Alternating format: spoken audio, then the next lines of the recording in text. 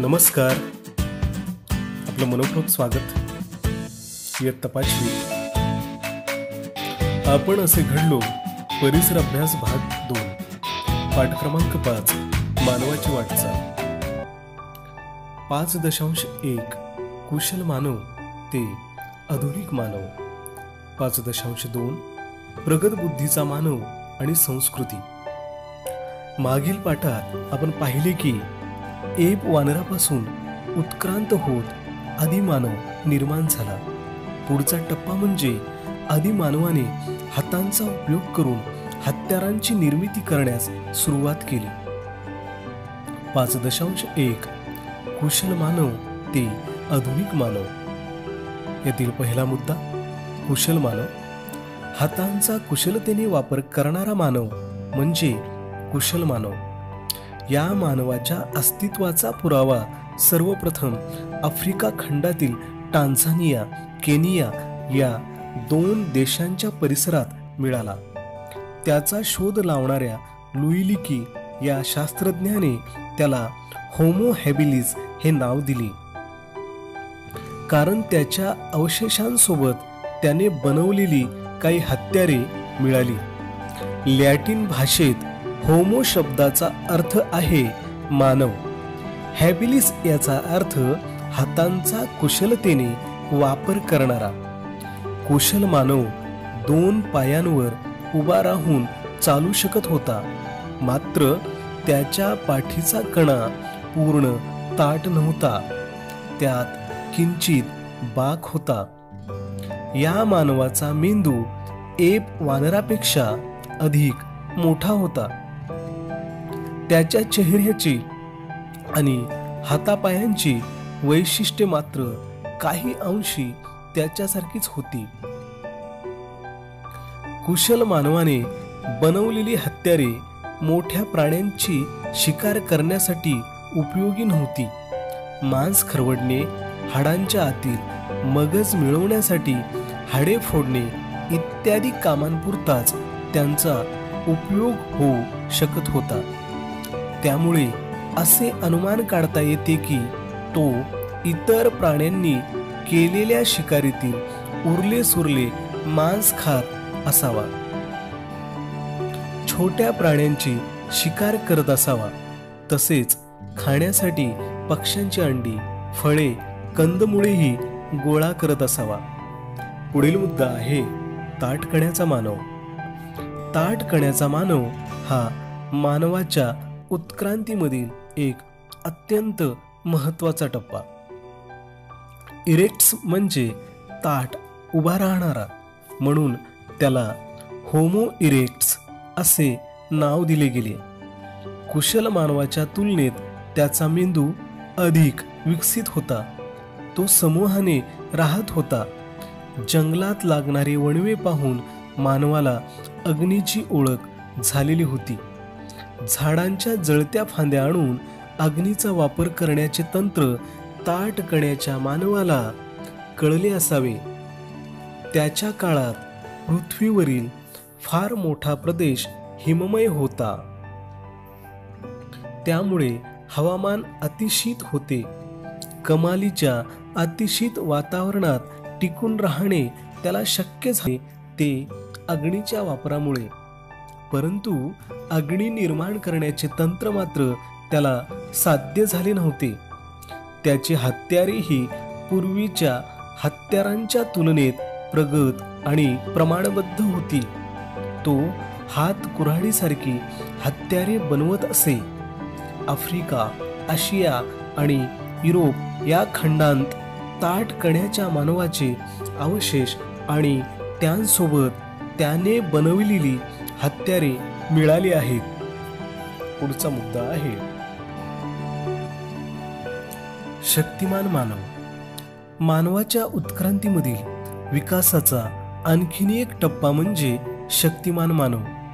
याची शरीरयष्टी धिप्पाड होती.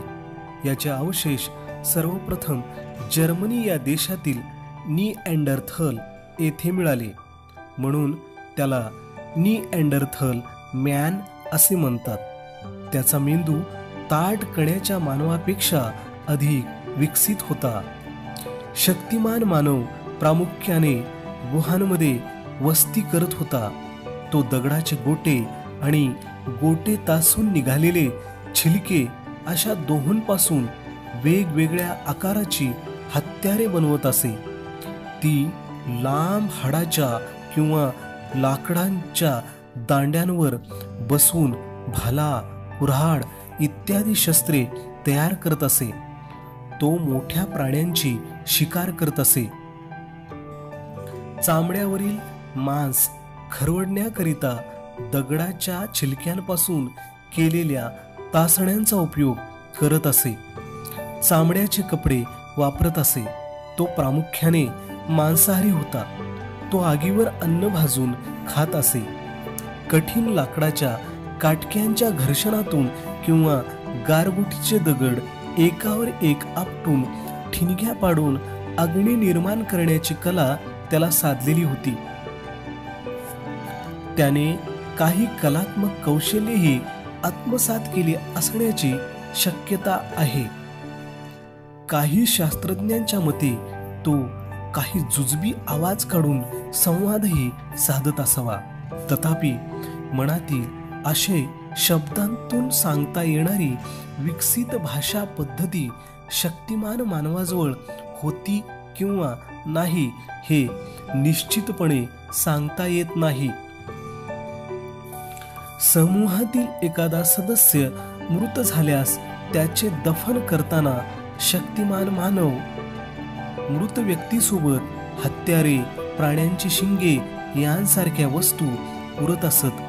तसेच मृत व्यक्तीच्या अंगाला लाल रंगाची माती चोळत असत.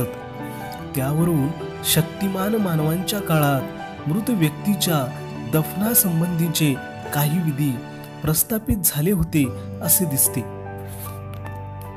काळाच्या ओघात शक्तिमान मानवांच्या काही समूहांनी आफ्रिकेतून बाहेर पडून युरोप आणि आशिया या खंडांपर्यंत स्थलांतर केले.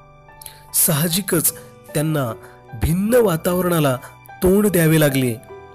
त्यांना जगण्याच्या आणि अन्न मिळवण्याच्या नवीन पद्धती आत्मसात कराव्या लागल्या. त्यामुळे त्यांच्या काळात जगण्यासाठी आवश्यक असलेल्या हत्यारांच्या पद्धतीत सुधारणा झाली. परंतु ती होण्यासाठी हजारो वर्षाचा कालावधी जावा लागला. शक्तिमान मानवापेक्षा अधिक प्रगत असणाऱ्या मानवास बुद्धिमान मानव या नावाने ओळखले जाते. त्याचा परिचय आपण पुढे करून घेणार आहोत. शक्तिमान मानव आणि बुद्धिमान मानव काही काळ युरोपमध्ये बरोबरीने नांदत होते. बुद्धिमान मानवांच्या समूहाबरोबरचा संघर्ष पर्यावरणातील बदलांशी जुळवून घेता न येणे अशा काही कारणांमुळे शक्तिमान मानवांचे अस्तित्व संपुष्टात आले असावे असे मानले जाते. सुमारे 30,000 वर्षांपूर्वी शक्तिमान मानव नष्ट झाला असे कर्ब 14 पद्धतीच्या आधारे सांगितले जाते. पुढील मुद्दा, बुद्धिमान मानव. आधीच्या कोणत्याही मानवापेक्षा विचार करण्याची अधिक क्षमता असलेल्या मानवाला बुद्धिमान मानव म्हटले गेले. त्यालाच होमोसेपियन असे म्हणतात. सेपियन म्हणजे बुद्धिमान. त्याला युरोपमध्ये क्रोमॅनॉन या नावाने ओळखले गेले. बुद्धिमान मानवाचे अवशेष आफ्रिका, आशिया आणि युरोप या खंडांमध्ये सापडले आहेत. तो कामाच्या गरजेनुसार विविध प्रकारचे हत्यारे आणि अवजारे बनवत असे.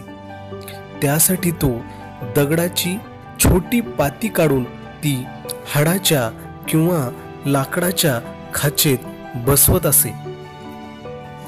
उत्क्रांतीच्या प्रक्रियेत बुद्धिमान मानवाचे स्वरयंत्र पूर्णपणे विकसित झाले होते. ते ध्वनीच्या बारकाव्यांसह विविध उच्चार करता येण्यासाठी उपयुक्त बनले होते. त्याच्या जबड्याची आणि तोंडाच्या आतील इतर स्नायूंची रचनाही विकसित झाली होती. तसेच त्याला लवचिक जीभ लाभली होती. त्यामुळे तो विविध ध्वनींचा उच्चार करून आवाजाला हवे तसे वळण देऊ शकत होता.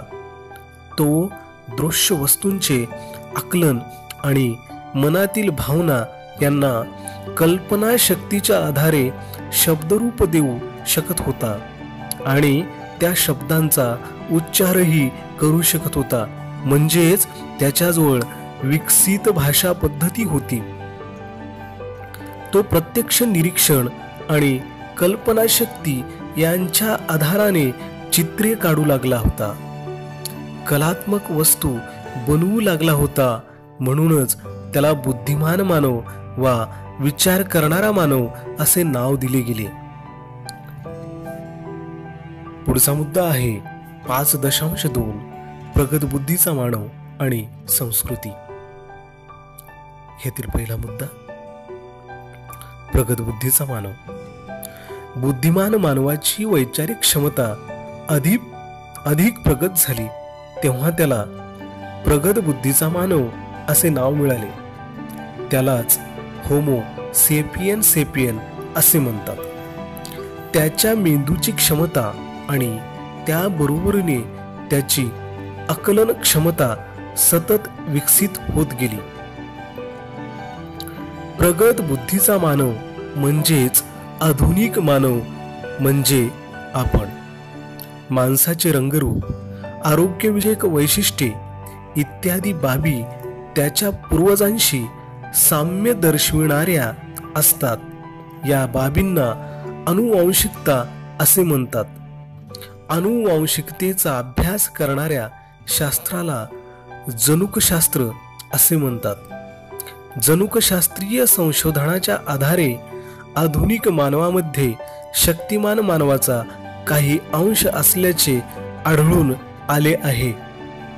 त्याच्या आधारे शक्तिमान मानव आणि बुद्धिमान मानव हे दोघे आधुनिक मानवाचे पूर्वज होते असे म्हणता येते.